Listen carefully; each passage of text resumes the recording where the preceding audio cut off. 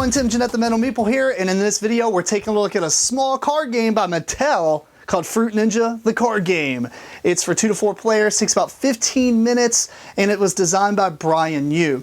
Now, in Fruit Ninja, the card game, you're basically taking a deck of cards and you're going to cut them, and you get to pick between the top card of that deck and the bottom card of the deck, the upper half, and you get to choose one of those to flip over. Now, obviously, there's different colors, and you're trying to collect as much fruit as possible. It's probably best for me to just show you. It's really quick. Then we'll come back and I'll tell you what I think.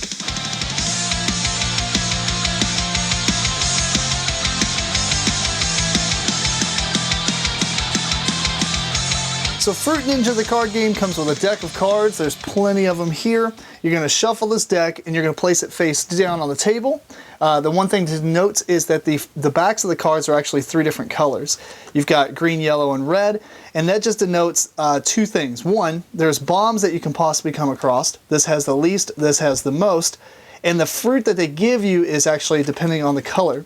So the greens are going to give you 1 fruit, while the yellows will give you 2, and the reds will actually give you 5. There's 2 different ways to win. You either need one of all 7 of the different fruits. It doesn't matter how many you have of each. This is just pineapple. Or you need 25 fruit total. Once somebody reaches 25, the game will end. You finish out the round, and whoever has the most points is the winner. Anyway, on your turn, it's pretty simple. You're going to cut the deck like you're slicing fruit in Fruit Ninja, and you can either choose to pick this top card of the deck or the bottom card of the cut. Now, in this case, they're both yellows, but let's go with this one. So I'll flip it over, it's a bomb. If you get a bomb, you bust, it's the next player's turn. Otherwise, let's say I pick this one. I don't have very good luck, apparently. Let's try this again. So we cut the deck. All right, let's go with green. Let's play it easy this time. So we flip it over, I've got 1 fruit. Now, the fruit that you collect on your turn is not banked until you decide to stop cutting. So whatever you cut goes off the board, and now you have to cut the deck here. So I'm going to cut here. I've got a green. I'm going to flip this one. Got a pineapple. That's 2 different fruits. We'll put those up. Cut again. Got a red and a green. Let's press our luck with this one. And it's a bomb. We bust.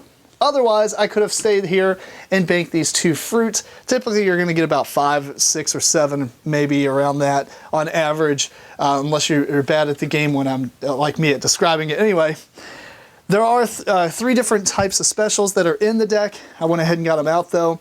You've got a freeze banana. Now, when you pull these, you can't use them on the same turn, but you bank them and then use them on later turns. This one will allow you to spend it and you ignore a bomb.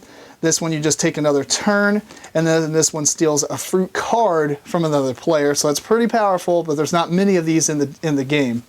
Once you use these, they're actually removed from the game, so you can't constantly keep getting them again. And that's pretty much it. You just cut the deck, you just keep cutting and cutting and cutting, and if you, for some reason, cut all the way to the bottom and it's the last 2 cards, then your turn's going to end anyway, and then you auto-bank what you had. So whoever has the most after somebody breaks the 25 threshold, or it ends immediately whenever somebody has all 7 of the fruits. Let's talk about what I think. There you go, that's Fruit Ninja, the card game. Told you it was pretty quick. It's a very simple game. It doesn't come with anything other than cards, but for some reason, I really like this game. I thought I was going to be disappointed because I did buy it at Walmart, basically. This has been a couple of years, so I think it's probably a little harder to find now, but it was out whenever Fruit Ninja was making a huge splash in the mobile community. So otherwise, this game is actually pretty fun. If you happen to come across it, I recommend trying it out. If you like games, small push your luck games, kind of like Zombie Dice, or games like that. This is a card game version of it, and like I said, it's surprisingly pretty decent. It's not amazing or anything, but if you're playing with a couple of people and you just want to just press your luck and see what happens, this is definitely a game that I bust out for that reason. The special cards are pretty cool. I was a little worried the first time I played it because of that take another turn, but then after I read the rule, it says that take another turn card, you can only use it whenever you fail on a bomb. So I thought that was pretty neat. I don't like too many games where you can just throw another card down and take another turn, even though, I mean, that would be pretty bad in this game if you could, because 1 turn you can possibly win the game if you press your luck well enough. So I did make a rules mistake in the overview. That special card for take another turn is the only one that gets removed from play. The other ones do get shuffled back in the deck once you've used them. Otherwise, this game is 15 minutes. It's really quick.